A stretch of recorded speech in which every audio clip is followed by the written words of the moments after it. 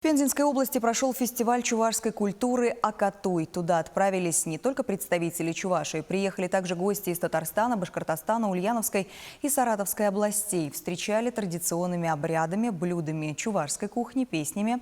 Как провели праздник земледелия, расскажет Наталья Егорова.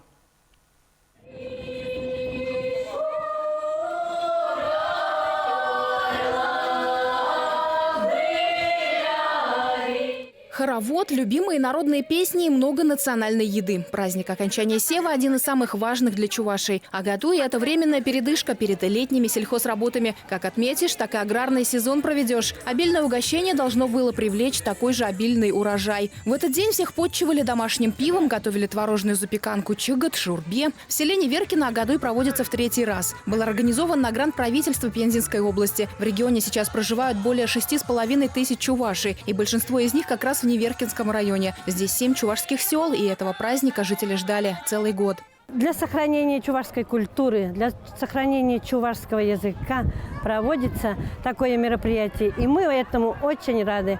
И я хочу сказать, что я горжусь тем, что я чувашка. В Неверкинском районе 11 лет работает национально-культурная чувашская автономия. Ее активисты регулярно участвуют в региональных программах и проектах. В столице области Пензе тоже есть свое объединение. Все праздники мы проводим, стараемся придерживаться чувашских традиций.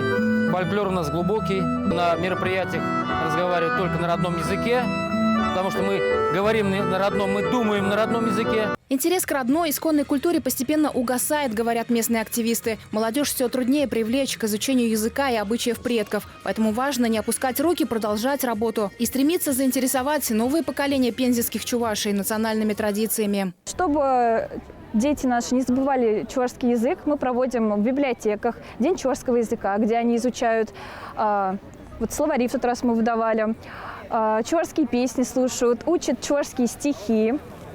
Затем в Пензе самой тоже на все мероприятия у нас есть небольшая автономия.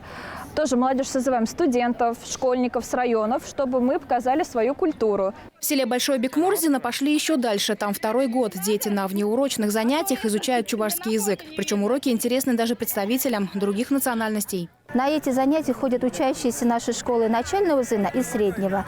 Кроме детей, наших чувашских детей, на уроки приходят еще и дети татарской национальности. Им тоже очень интересно на наших уроках. Почему интересно? Скорее всего, они сравнивают, наверное, свой язык с нашим языком. Чувашские артисты, творческие коллективы Пензенской области радовали зрителей и ансамбли из других регионов. Чтобы у гостей на празднике не было шансов заскучать, члены молодежного объединения «Хастар» Чувашского национального конгресса провели конкурсы танцевальные и познавательные, а еще разучивали вместе песни. Чуваши, даже если живут вдали от родины, сохраняют и трудолюбие, и умение радоваться праздникам. Участники Акатуя успели все. И попеть, и поплясать, и блюда продегустировать. И с достижениями мастеров познакомиться. Теперь будут ждать новые встречи. Наталья Егорова, Алексей Енейкин, Артур Галкин. Вести Чувашия.